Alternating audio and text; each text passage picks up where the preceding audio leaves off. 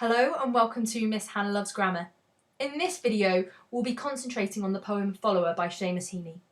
So Seamus Heaney is Ireland's most famous modern poet.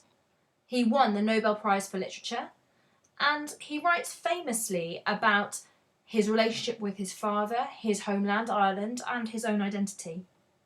This poem forms part of his first published collection in the late 60s. It's called The Death of a Naturalist, and it's perceived to be his most autobiographical work, so talking about his own life.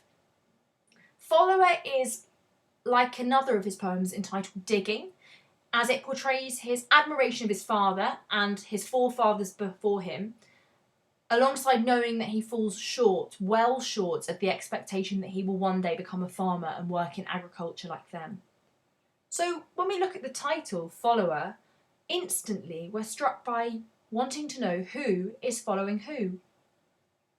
The next thought is, well, is this about religious faith or political belief? Because when we follow, we tend to believe in something. Is the title referring to the devoted affection that this son gives his father as he hero worships him and he's keen to follow in his father's footsteps?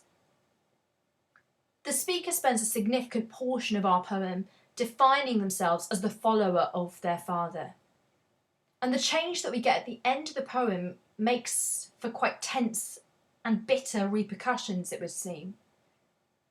Is that what happens when we grow up? Do we look at our parents and we have to work out what we think ourselves? Do we realise their imperfections and find that hard? Follower grapples with some tensions that move beyond the world of farming. But let's consider together as we read. My father worked with a horse plough. His shoulders globed like a full sail strung. Between the shafts and the furrow, the horse strained at his clicking tongue. An expert, he would set the wing and fit the bright steel-pointed sock. The sod rolled over without breaking, at the headrig with a single pluck of reins.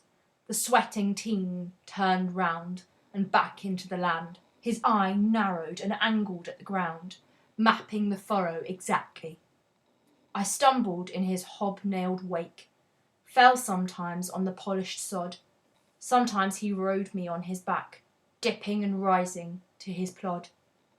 I wanted to grow up and plough, to close one eye, stiffen my arm. All I ever did was follow in his broad shadow around the farm. I was a nuisance, tripping, falling, yapping always. But today, it's my father who keeps stumbling behind me and will not go away. Instantly, as we read the poem, the opening description in the first stanza just shows how powerful the father looks, not just in his physique, with his shoulders globed like a full sail strung, but he's working with skill as he works with the horse plough. The verb globed in that simile on the second line reminds us of the myth involving Atlas, who holds the world on his shoulders. It again emphasises the physical strength of the father. The simile of the sail also helps us understand that the father is strong and able to be persistent, to take on the strain of whatever is thrown at him.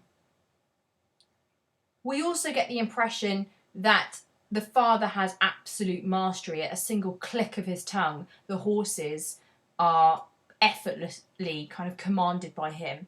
He has absolute mastery, as we learn at the start of the second stanza. He's an expert. It's as if it's a profession of some sort. We're credited by the speaker as understanding that he has utmost respect for his father at this point. But no comment is made at all about his father's personality. It's like we're seeing the work dad, we don't see the human side. And that leaves a few questions for us. Does that say they're not close? Are we meant to presume that there's an emotional distance between father and son? It's interesting to note that both of them are in this narration, but there's no dialogue, even though they both feature in this scene. And as we move on across stanza 2, we learn that, there is perfection in the work that this father does. He does roll over the sod without breaking. Wow. It's technical stuff that we learn that Heaney uses here. And it's interesting, his predecessor, the person before him who was most famous, W.B. Yeats, an Irish poet who really tries his best not to use technical language, tries to elevate language. And here we find with Heaney, he uses quite a lot of semi-technical language like shaft, furrow, sock, sod, headrig, just to show the grit of this work on the farm. We also notice across the whole poem little imagery and very minimal use of figurative language. It's as if the simplicity of what's being said helps convey the simple message of the distance between father and son. As we move through, we also realise that the father has utmost concentration. He's narrowed and angled at the ground, and he maps the furrow. It's as if it demands his full attention. Nothing must distract him. And I think the use of the adverb at the end of that third stanza exactly shows that the father is reading the land closely as if it's a book that he's well versed in. He needs to know it exactly to do the right thing strategically. If you like, if the father is the master of the labour in this agricultural world, the son is the absolute novice. He absolutely does not do a great job in comparison to his father.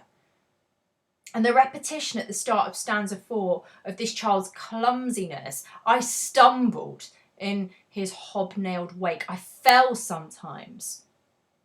Well, it shows how weak and poor this child is in comparison to the real deal, the adult. It's like the son can't keep up. Across the poem, though, it's also interesting to know that there aren't many classical words used. You don't find many words that originate from Latin or Greek or French or Spanish. Instead, a lot of the words are actually Anglo-Saxon. They've got quite a rustic sound about them, and they're simpler to follow. I wonder if in part that's to form a linguistic parallel to the father having a practical focus on the land.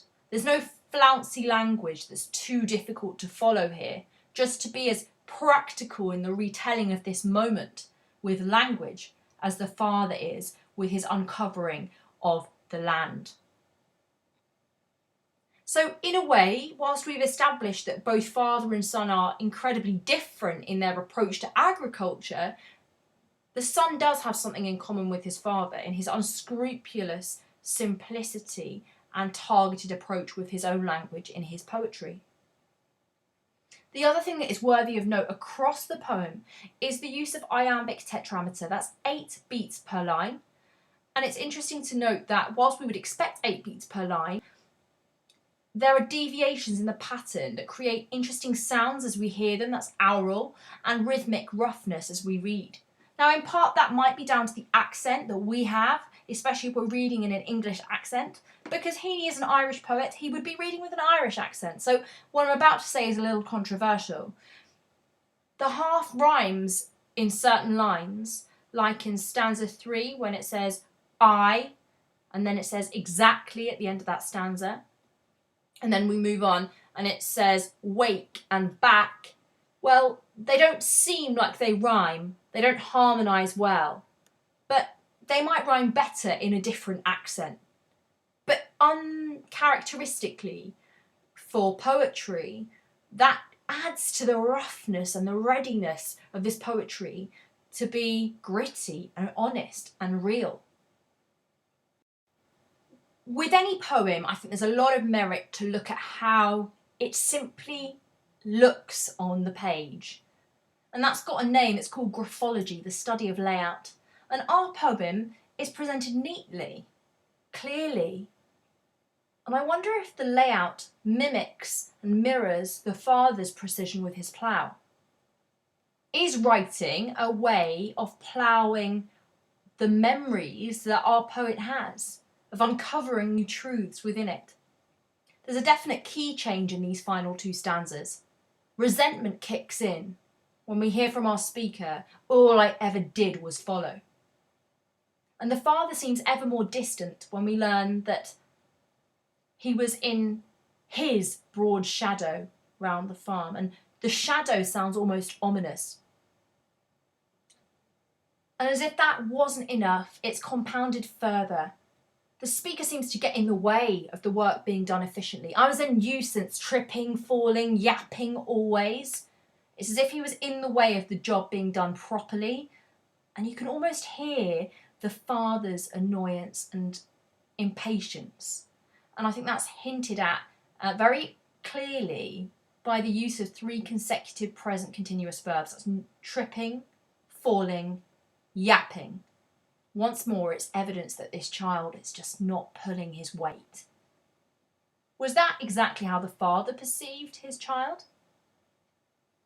Or is it how the child internalised it? What's interesting is in the penultimate stanza, we understand that the speaker was still really keen to emulate their father. I wanted to grow up and plough.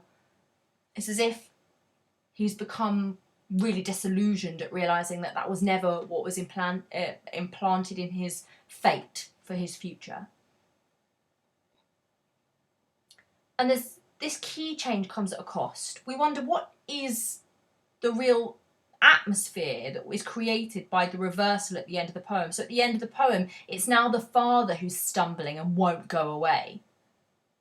Doesn't feel like a fair way of looking after your father. Now, I don't think it's fair for us to say this is harsh and negative and totally rejecting the father, but it's as if the son is annoyed with their father. I think it's interesting, as the poet, Heaney has absolute control of what memories he chooses to equate with his father. And of all the memories that he chooses to end his poem with, it ends with an absolute tinge of sadness, I would say bitterness, and at points, unresolved brutality. So, regardless of parental love as a abstract thing, this poem gets really deep and digs deep into the meanings behind how attitudes that you have in childhood can colour your viewpoint of yourself, your own identity, and that of your father figure into adulthood. But I suppose the real question that Heaney is leaving us with is, what legacy do we want to be remembered with when we consider the relationships we forge with others? Why not subscribe to Miss Hannah Loves Grammar for all things English, literary and grammatical?